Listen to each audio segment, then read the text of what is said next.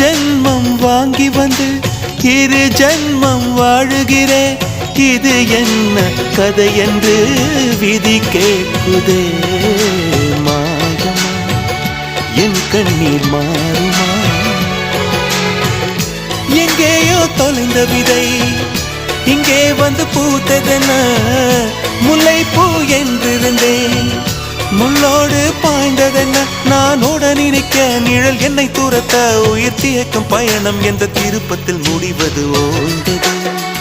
என் கால்கள் ஓய்ந்தது, தீர்ந்தது, கண்ணீரும் தீர்ந்தது.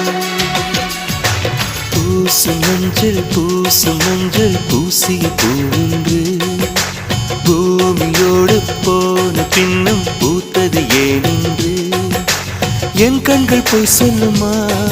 வேறில்லாமல் பூ பூக்கும்